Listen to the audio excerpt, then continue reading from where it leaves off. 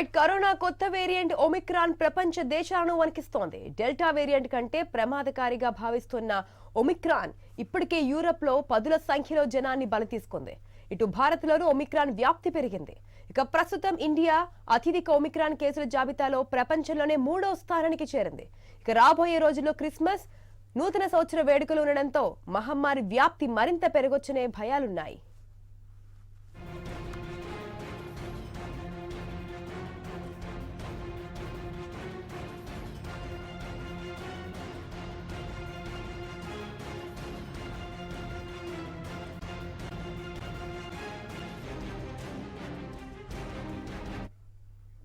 ఈ నేపథ్యంలో ప్రధాని మోదీ నేడు కీలక సమావేశం నిర్వహించనున్నారు.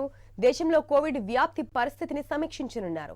ఓవైపు ఒమిక్రాన్ కేసుల పెరుగుదల కొనసాగుతుండగా మరోవైపు దేశంలో బూస్టర్ డోసు పంపిణీకి డిమాండ్లు వస్తున్నాయి. కొత్త వేరియంట్ పై కేంద్ర ప్రభుత్వం రాష్ట్రాలను ఇప్పటికే అప్రమత్తం చేసింది.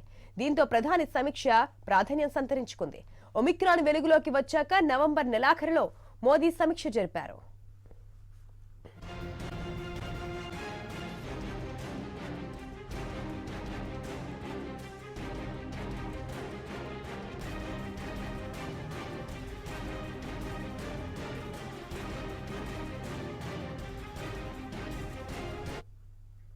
ఒమిక్రాన్ వేగంగా వ్యాపిస్తుండటంతో కేంద్రం ఇప్పటికే రాష్ట్రాలను అప్రమత్తం చేసింది.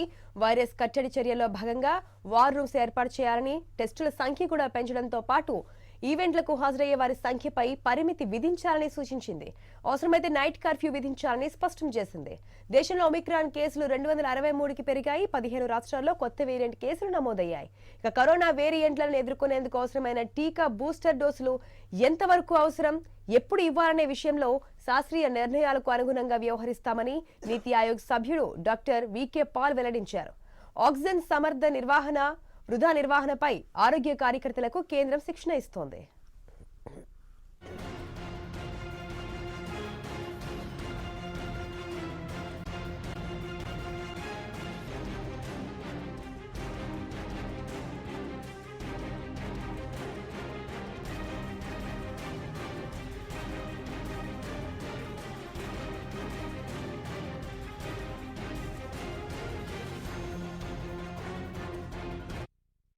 కరోనా కొత్త వేరియంట్ ఒమిక్రాన్ ప్రపంచ దేశాలను వణికిస్తుంది. డెల్టా వేరియంట్ కంటే ప్రమాదకారిగా భావిస్తున్న ఒమిక్రాన్ ఇప్పటికే యూరప్ లో పదుల సంఖ్యలో జనాన్ని బలి తీసుకుంది. ఇటు భారత్లోనూ ఒమిక్రాన్ వ్యాప్తి పెరిగింది. ప్రస్తుతం ఇండియా అత్యధిక ఒమిక్రాన్ కేసుల జాబితాలో ప్రపంచంలోనే 3వ స్థానానికి చేరింది. ఇక రాబోయే రోజుల్లో క్రిస్మస్, దానికి తోడు నూతన సంవత్సర వేడుకలు కూడా ఉండడంతో మహమ్మారి వ్యాప్తి మరింత పెరగొచ్చనే అంచనాలు కూడా వినిపిస్తున్నాయి.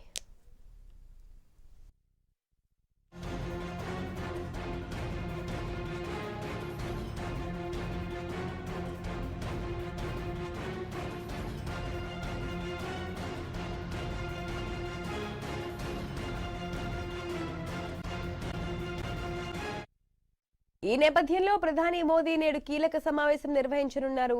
దేశంలో కోవిడ్ వ్యాప్తి పరిస్థితిని సమీక్షించబోతున్నారు. ఓవైపు ఒమిక్రాన్ కేసులు పెరుగుదల కొనసాగుతుండగా మరోవైపు దేశంలో బూస్టర్ డోసు పంపిణీకి డిమాండ్లు వస్తున్నాయి. కొత్త వేరియంట్ పై కేంద్ర ప్రభుత్వం రాష్ట్రాలను ఇప్పటికే అప్రమత్తం చేసింది. దీంతో ప్రధాని సమీక్ష ప్రాధాన్యం సంతరించుకుంది. ఒమిక్రాన్ వెలుగులోకి వచ్చాక గత నెలాఖరులో మోదీ సమీక్ష జరిపారు.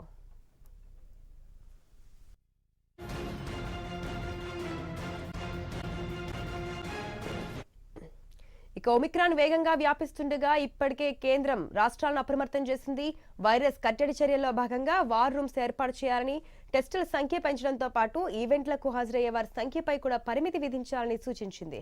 అవసరమైతే నైట్ కర్ఫ్యూ కూడా విధించాలని స్పష్టం చేసింది. దేశంలో ఒమిక్రాన్ కేసులు 263కి పెరిగాయి. 15 రాష్ట్రాల్లో అయితే కొత్త వేరియంట్ కేసులు కూడా నమోదయ్యాయి. కరోనా వేరియంట్లను ఎదుర్కొనేందుకు అవసరమైన టీకా, బూస్టర్ డోసులు ఎంతవరకు అవసరం, ఎప్పుడు ఇవ్వాలనే విషయంలో శాస్త్రీయ నిర్ణయాలకు అనుగుణంగా వ్యవహరిస్తామని నీతి ఆయోగ్ సభ్యుడు డాక్టర్ వికే పాల్ వెల్లడించారు. ఆక్సిజన్ సమర్థ నిర్వహణ, వృధా నిర్వహణపై కూడా ఆరోగ్య కార్యకర్తలకు కేంద్రం శిక్షణ ఇస్తోంది.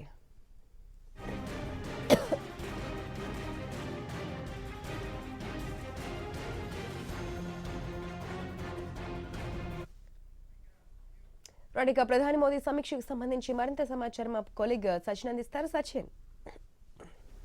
ఆశా ఎగ్జాక్ట్లీ మనం అనుకుంటున్నట్టు ప్రధాని మోదీకి సంబంధించి అయితే మీటింగ్ జరగబోతుందో ఒమిక్రాన్కి సంబంధించి ఆయన సమీక్ష సమావేశం నిర్వహించబోతున్నారు.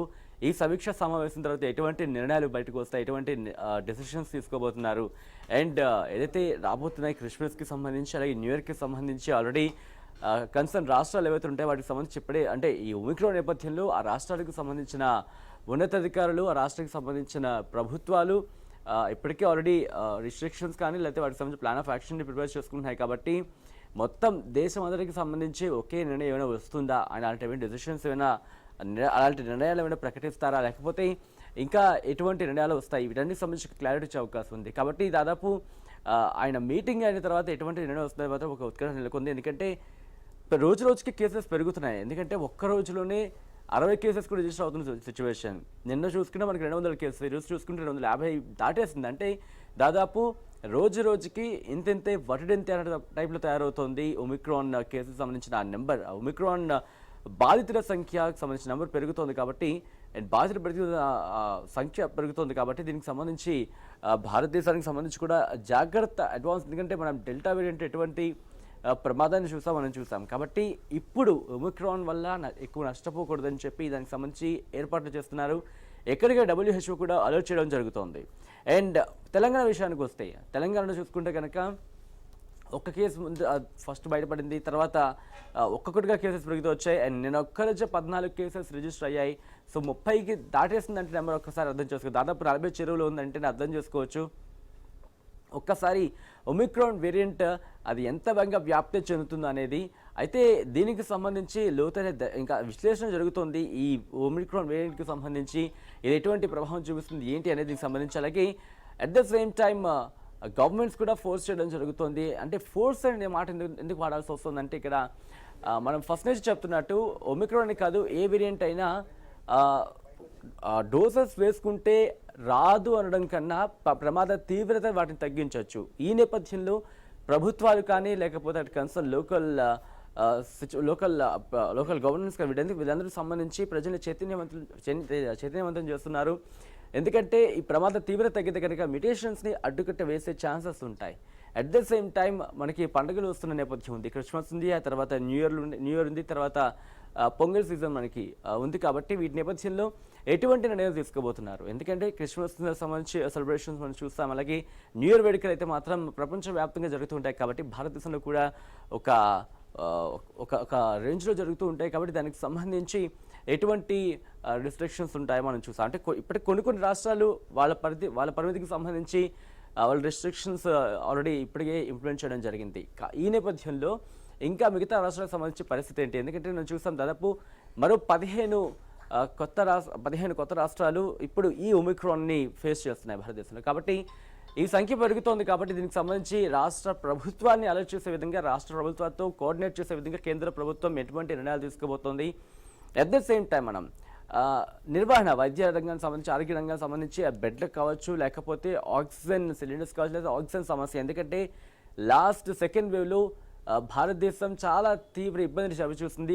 ఆక్సిజన్ ప్రాణవాయువు కోసం కట్టకట్టలాడిపోయింది, విలవలాడిపోయింది. ఈ నేపథ్యంలో ఆ కొరత రాకుండా, ఎందుకంటే పరిస్థితి అంతవరకు రాకూడదు అన్న విధంగానే ప్రభుత్వాలు ముందు ప్రయత్నం చేస్తున్నాయి. ఒకవేళ కనుక అనుకున్న విధంగా చేయి దాటక ముందే పరిస్థితిని మళ్ళీ చేతిలో తెచ్చుకునే విధంగా తమ చేతుల్లో ఉన్న ప్రతి అస్త్రాన్ని కూడా సిద్ధం చేస్తున్నారని చెప్పుకోవాలి. ఒమిక్రాన్ పై పోరాటానికి మాత్రం కేంద్ర ప్రభుత్వం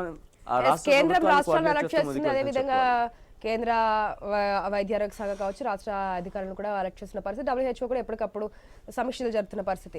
ఇప్పుడు ప్రధాని మోదీ మాట్లాడుతున్నారు. అదేవిధంగా బూస్టర్ డోస్ గురించి మనకి మెయిన్ గా ఒక వెర్షన్ వినిపిస్తుంది. బూస్టర్ డోస్ వేయించుకుంటాము, 2 డోసులు వేయించుకొని చాలా గ్యాప్ వచ్చిన తర్వాత కూడా చాలా మందిలో ఉన్న అనుమానం ఏంటంటే మాలో ఉన్నటువంటి అవి తగ్గిపోయాయి కాబట్టి మళ్ళా మాకు వచ్చే అవకాశం ఎక్కువగా ఉంది, ఒకవేళ వచ్చినా సరే తీవ్రత ఎక్కువగా ఉంటుంది అనేది వారిలో సాధారణ ప్రజల్లో కలుగుతున్న అనుమానం. సో ఈ బూస్టర్ డోస్ గురించి ఏదైనా ఒక క్లారిటీ వచ్చే అవకాశం ఏదైనా ఉంటుంది ఈ రోజు ప్రధాన సమీక్షలో?